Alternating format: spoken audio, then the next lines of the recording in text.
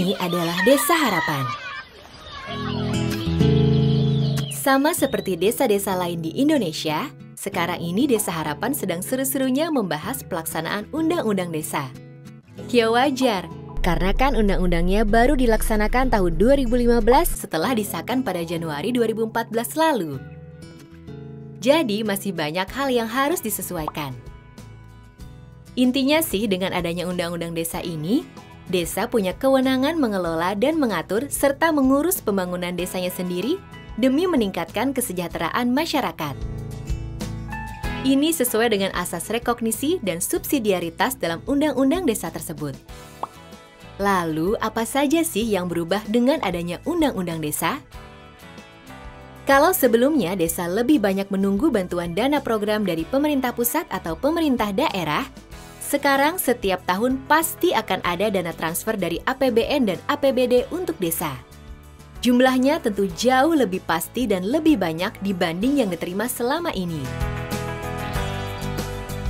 Uang itulah yang bisa digunakan desa untuk mendanai program-program yang diinginkan warga desa selama ini. Yang penting, program-program yang disusun itu benar-benar untuk meningkatkan kualitas hidup warga desa. Dengan keleluasaan seperti ini, warga dan perangkat desa seperti di Desa Harapan tentu akan semakin terdorong memanfaatkan sumber daya termasuk uang yang ada untuk menggali, menemukan, ataupun mengembangkan potensi desa yang ada. Tidak saja mengembangkan potensi di bidang sumber daya alam dan kreativitas, tapi juga harus bekerja keras dan gotong royong mengembangkan kapasitas diri sendiri untuk memecahkan permasalahan desa yang ada. Misalnya di bidang pembangunan, desa memiliki kewenangan membangun irigasi, jalan desa, air bersih, meningkatkan kualitas layanan kesehatan dan pendidikan, atau bahkan mengembangkan usaha dan potensi wisata desa yang menyerap tenaga kerja untuk meningkatkan ekonomi warga desa.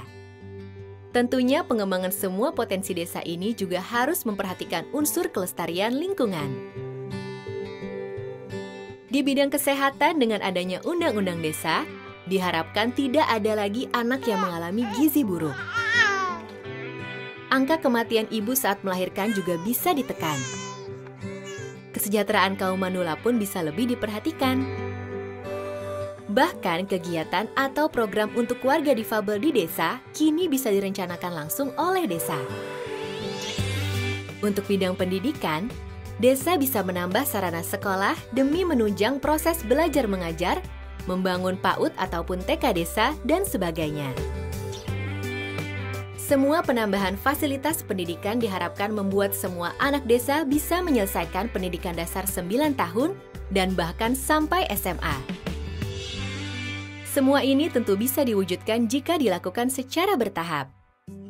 Meski kini desa telah memiliki kewenangan sendiri, program-program yang dijalankan masyarakat desa tetap bisa disinergikan dengan program pemerintah daerah ataupun pemerintah pusat.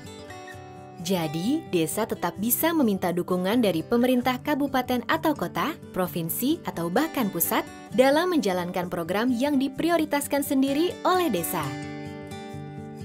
Misalnya, jika suatu desa mengadakan program pencegahan muntaber, warga desa bisa bersinergi dengan Dinas Kesehatan Kabupaten untuk membantu memberikan penyuluhan.